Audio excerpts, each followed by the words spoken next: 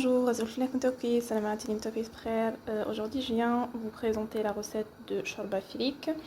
C'est une shorba qu'on prépare souvent et spécialement au mois de Ramadan. Donc là je vous présente un petit peu les ingrédients. Donc là j'ai de la viande, là j'ai du poulet, là j'ai du persil et de la coriandre hachée. Là j'ai 2 petites carottes, un peu de poivre noir, à peu près 2 cuillères à soupe. Ici j'ai mis 2 cuillères à café de coriandre moulu. J'ai mis un petit peu de mélange d'épices spécial shorba. J'ai mis un petit peu de poivre noir et un petit peu de ras el hanout, à peu près 1 cuillère à café pour tout. J'ai mis aussi des pois chiches qui ont été trempés la veille, une poignée. Et je vous ai dit 2 petites carottes. Là j'ai à peu près 3-4 tomates. Alors là j'ai 4 tomates, donc je vais 4 petites tomates. Donc je vais utiliser que la moitié parce qu'il y en a plus que 4 ici. Donc l'autre moitié je vais utiliser pour autre chose. J'ai mis 2 cuillères à soupe de concentré de tomate. Ici vous avez le fric, donc c'est du blé concassé que je vais laver avant de mettre à la fin. Ici vous avez 2 petits oignons, donc si vous avez un gros oignon ça suffira, et 2 gousses d'ail. Donc voilà, alors là j'ai fait donc là je vais faire revenir la viande. Donc ça c'est de l'épaule d'oignon en fait, coupée en petits dés, et là c'est des ailes de poulet. Donc je vais la faire revenir dans de l'huile, soit de moitié huile d'olive, moitié huile de tournesol, sinon que de l'huile de tournesol, donc à peu près 3 cuillères à 4 cuillères à soupe.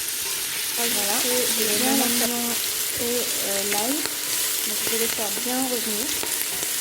Et après je rajouterai le restant bien cuit. Donc là je vais rajouter les pois chiches, les carottes et toutes les épices. J'ai rajouté un tout petit peu d'eau dans la petite assiette où il y avait les épices pour tout enlever.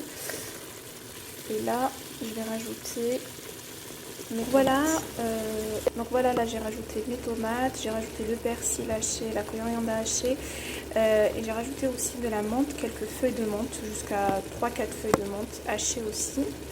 Donc je mélange tout ça et après je vais rajouter de l'eau, je laisse mijoter à peu près 2-3 minutes et je rajoute de l'eau. Je vais vous montrer tout ça.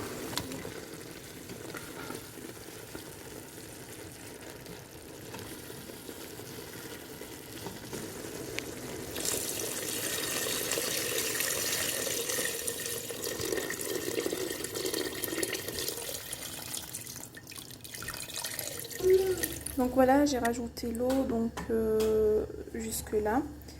Je vais vous dire en fait dans la barre d'infos combien de litres prend ma cocotte. Comme ça vous verrez combien il faut mettre. Donc voilà, maintenant je vais la fermer, je vais la laisser cuire. Je rince le fric, donc le blé. Donc je vais mettre dans un bol, je vais mettre de l'eau et je vais commencer à le rincer comme ça en mettant les doigts. Comme ça toutes les petites particules en fait vont flotter. Et là je vais enlever l'eau et je vais rincer encore une deuxième jusqu'à une troisième fois. Voilà. Là comme vous pouvez le voir, ma shorba est presque prête.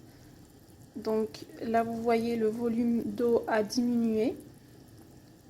Donc je l'ai laissé cuire à peu près 1 heure, tout doucement. Et là je vais rajouter mon fric que j'ai lavé. Là voilà, mon fric il est propre. Donc là je vais le rajouter à ma shorba. Vous le faites avec une cuillère, moi c'est juste pour vous montrer en fait.